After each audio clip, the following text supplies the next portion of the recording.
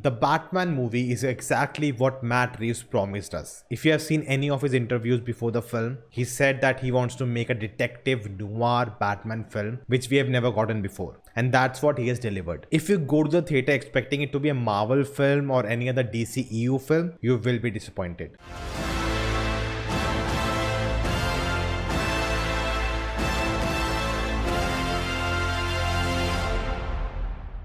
Hello guys, I'm Nona and this is my non-spoiler The Batman review. Quick things I want to mention for everyone watching before I start talking about the film. There's only one post-credit scene at the end of the film. In India, the film is censored. There are a lot of bad words which are muted, and they are muted very badly because most films only mute the dialogues. But in this film, the whole audio is muted. So even if there's a BGM going on, even that is muted suddenly. So it feels really off. So thanks to censor board for that. Also want to mention I watched the film in INOX and the interval point they have chosen for the first time in my life, they have done it very well. It's a very good point to really cut and make an interval point, because we all know for most films they just stop the film at any random point. So thank you for not doing that for this film. Now coming to the film, as I said, Matt Reeves has delivered what he promised. This film is a standalone film. You don't have to watch any other film to watch this one. It will be a plus if you have seen anything related to Batman. It'll be easier to understand the universe of Gotham and the people in it. But even if you haven't, no problem. This film is actually like a page from Batman's life. If you thought the Christopher Nolan Batman was realistic, oh, this is some other level realism.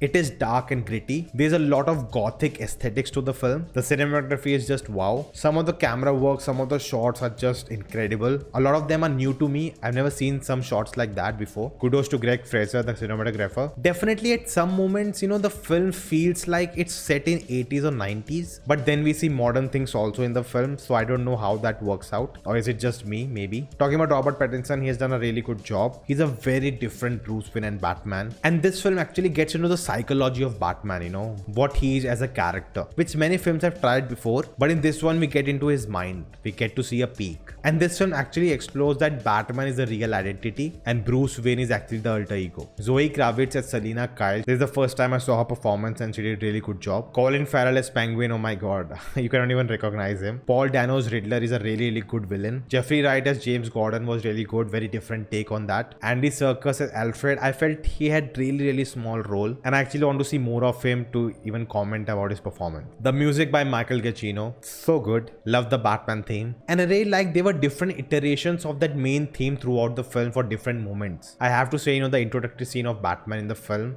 it gave me goosebumps. That's one of the most scariest, most well done introduction scene of Batman I have ever seen. The action of the film is something that really stands out for me. It's so outstanding. I've never seen such action with Batman before, and it really blends well with the treatment of this film. Now talking about some of the issues I had in the film, there were few scenes which I felt were not really convincing for me. Now definitely the film is long. There is a moment where I felt, okay, now the film will end, but it doesn't really end. And it's not like, I got bored or the film was dragging.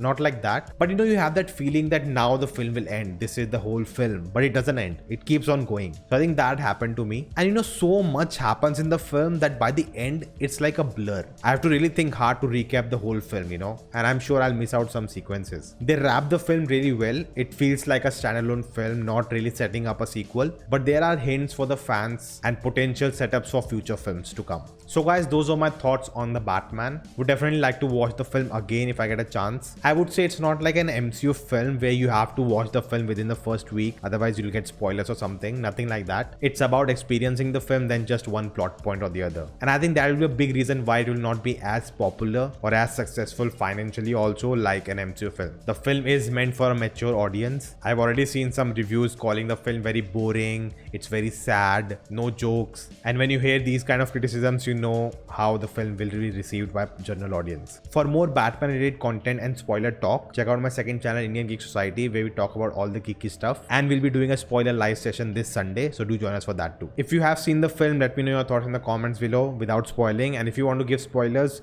put a tag spoilers and then leave your comment. So guys, thank you for watching. If you liked it, hit the thumbs up button, share this video. If you haven't subscribed, check out the videos. If you like them too, do go subscribing, and I'll see you next time.